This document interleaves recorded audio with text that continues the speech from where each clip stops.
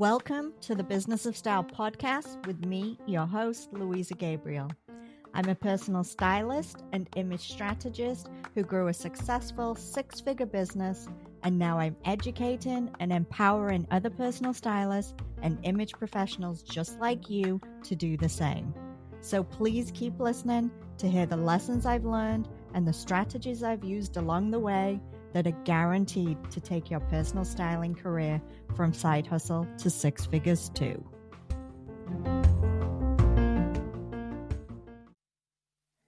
I'm sure you've heard people say that if you love what you do, you'll never work a day in your life. It sounds wonderful, right? That loving your job somehow magically makes everything you have to do within that job feel fun and that you'll enjoy it.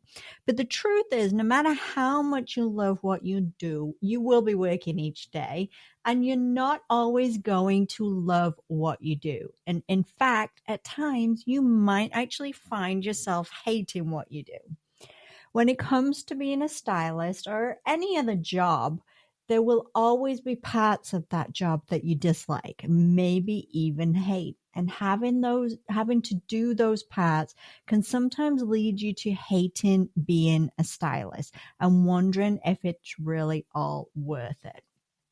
When you became a stylist or an image consultant, it's because you love to style. You love fashion, you love color, you love helping your clients find the perfect outfits and improving their confidence and even changing their lives.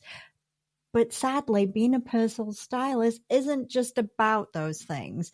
And the majority of your time might not actually be spent doing those things, because being a stylist also means that you're running a business.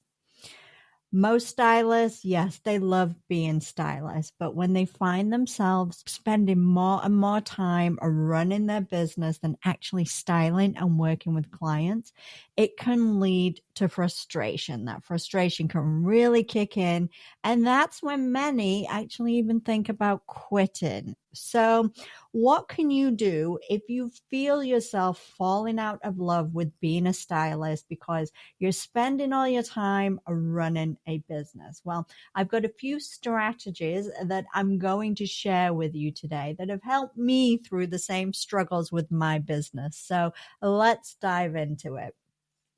First, I do want to recognize that it is completely normal to hate what you do at times, okay? Completely normal to hate fashion and to hate style and to hate working with clients at a point when you are a stylist or an image consultant. And it's perfectly normal to question at times if it's really something that you want to do. I can guarantee you that every successful stylist has felt the same at some point in their career. And I can tell you that I have done that definitely many, many times. It can often be an issue when you're just starting out. So when you don't have that steady flow of clients to keep your passion ignited, you're going to be spending the majority of your time doing all the business stuff. You're going to be marketing. You're going to be doing SEO, social media, blogs. You're going to be writing content for your website. You may be even going to be doing some bookkeeping, some billing, some service development. The list feels endless of those business tasks that you'll find yourself having to do.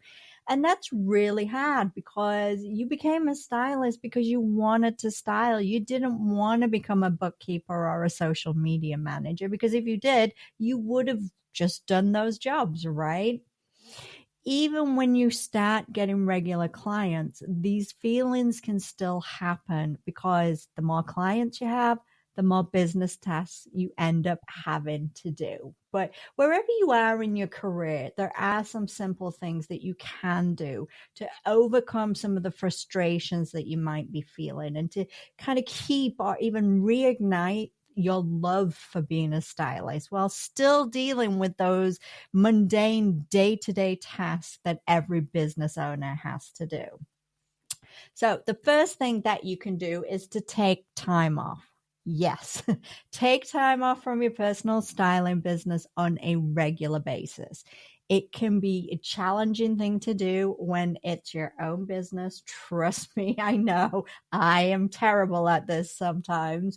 But as with any kind of job you have, if you're working a 9 to 5 job, you need time away to avoid the burnout, to ensure that you can give your job 100% and to keep enjoying what you do. So don't be tempted to work 24/7. It's not going to help your business and it's not going to make you more successful. So start by setting some good boundaries for yourself. Treat it like it is a 9 to 5 job. Decide what time you're going to start each day. Decide what time you're going to clock out. Then turn off your computer. Don't be answering those emails outside of those times. I want you to take weekends off. If you are styling full time right now, then be sure to give yourself those weekends where you aren't responding to emails, you aren't planning things for clients. If you are trying to grow your business right now while working another job, chances are you're going to have to use the weekends to start building your business, but make sure that you allocate how many hours each weekend you're going to be working on your personal styling business and stick to those hours. You've got to give yourself a break to recharge and refresh. And I want you to take an actual vacation from your business. Turn on that out of office and turn off those email notifications. Now, I actually just did this recently. It was actually last week. I had a business trip to Paris that was planned. And then I decided that after the business was done, you know what? I'm going to turn this into a vacation. So I spent some extra time in Paris, being a tourist, being on vacation, not answering emails, not doing any of those business things. I just took that time away. And you know what? It was exactly what I needed to really recharge and refocus on my business now that I'm back. Now, I know that not everyone can take off to Paris. I know I'm very fortunate, but take off somewhere close to you. Plan a staycation. It's not about where you're going. It's about taking that time, taking that chunk of time where you don't answer those emails, that you try and switch off from your business and focus on you.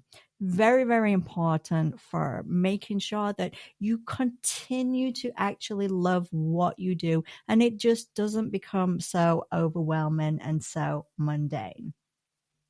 The second thing that you can do is to remind yourself why.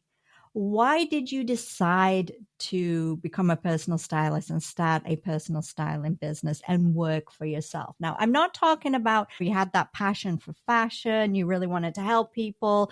I'm talking about what were the changes that you wanted to make in your life that made you say, you know what? Yeah, I'm going to go ahead and do it. I'm going to become a stylist. It's what I've always wanted to do. I'm going to make it happen now. What exactly were those reasons why? Maybe you wanted to have more time for your family, okay? And not always having to work and working long hours and having those 3-hour commutes each day. Maybe you wanted to have the flexibility to be able to travel and have a business that you could take with you on the road and work wherever you may be.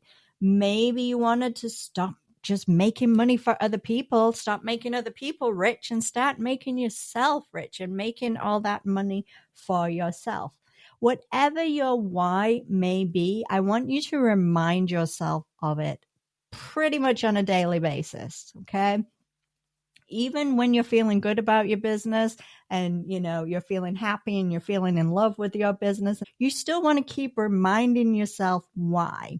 Write it on a Post-it note and stick it to your computer so that it reminds you every day and helps you to get through those mundane daily tasks. Maybe you set up an alert at, lunchtime each day that is just a notification of why you actually decided to go ahead and do this and take this step in your career. However you get that reminder, maybe you just sit and think about it each morning before you start on your to-do list. But it can be very, very important to just keep reminding yourself of your why. Maybe you're a visual person. You could create a vision board and include all those reasons why on your vision board. So have it in your office and look at it each day.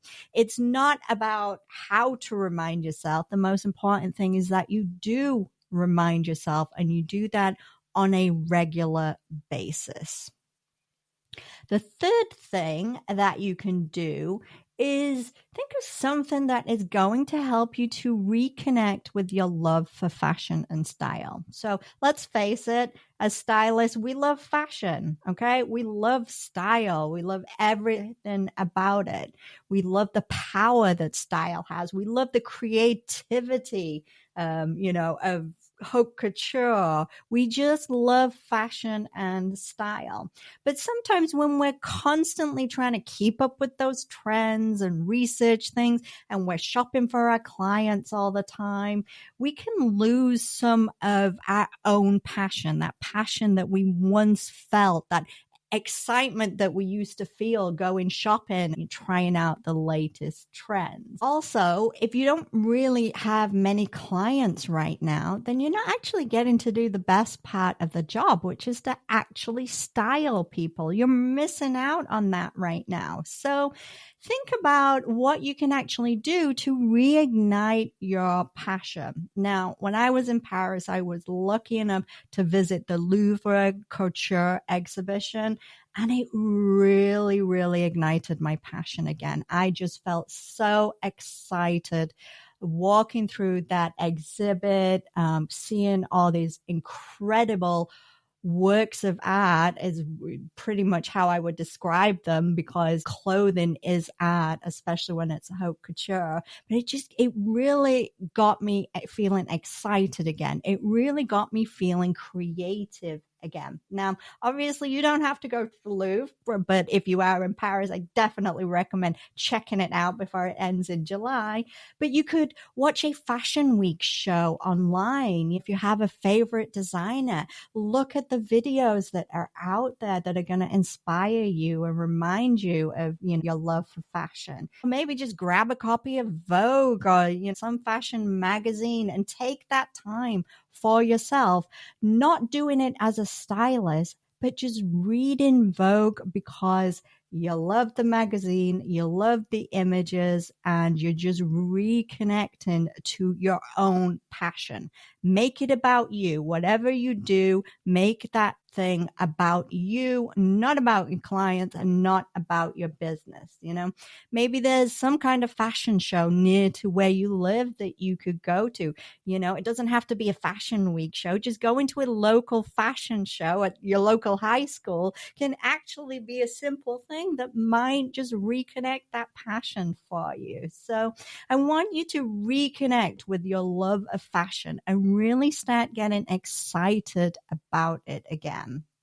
And if you're not working with clients right now, then maybe you could look at volunteering your expertise as a stylist. There are lots of charities out there. Charities like Dress for Success is a big one, but there's lots of local ones that, can use your skills as a stylist. And, that way you get to keep your styling skills sharp. You also get to connect with that feeling of helping people, which is such a positive part of being a stylist. And if you're not getting that with paid clients right now, look for other ways that you can do that is really going to keep that passion alive for being a stylist. Okay, so the fourth thing that you can do is to use the tools available to make business easier. There are so many tools out there. There have been so many advancements. It made it so much easier for people to actually go into business without needing an MBA and needing that business experience. So find those tools that are going to be helpful to you and that can make all those mundane business tasks a lot quicker and easier to do. As I mentioned in the last episode, AI can really help you do so many things. So play around with it, use it to get ideas for the marketing side of your business, for your social media posts, ideas for your automated email campaigns, whatever it is, look for those tools and set them up for your business. You can also look at using a client management platform that they can generate the billing for you. They can generate the contracts for you. They can even manage your clients' wardrobes. It makes all that business side so much easier. Investing in systems that are going to make business easier is very important so that you can actually focus on doing what you love, which is styling clients. So definitely look for those systems that are out there, those tools. A lot of them you'll find you can use for free, but start incorporating them into your business so you can spend less time on business side of things and more time on the styling side of things. And finally, if possible, I recommend outsourcing those business tasks that you really hate and are really causing you to hate being a stylist right now. Look for a virtual assistant that can work for a few hours a week and maybe create your social media posts for you or do the customer service side of things for you. You don't have to invest a lot of money when you're just getting started. It doesn't have to break the bank, but it is a good investment for any business. And remember that the more that you grow your business, the more work there is to do. So don't try and do it all. As soon as you possibly can, as soon as you feel comfortable doing so, start outsourcing. It's going to be something that is really going to help your business, and it's also going to help you focus on being a stylist and doing what you actually love. So whatever you do, if you do find yourself hating being a stylist right now or at any point in the future, don't quit. Okay. Just don't quit. It's completely normal to feel this way. It's temporary and you can reignite your passion. Okay. And when you do that, that will make even the most mundane tasks actually seem worth it. So that is today's episode. I hope it was helpful. And I hope that if you are kind of feeling a little bit down on your business and, not inspired and not really enjoying being a stylist right now, that you'll start using some of these strategies. Start reconnecting with your reason why. Start reconnecting with your passion for fashion and style. And keep going because success is out there and waiting for you. So thank you so much for tuning in, and I will catch you next time.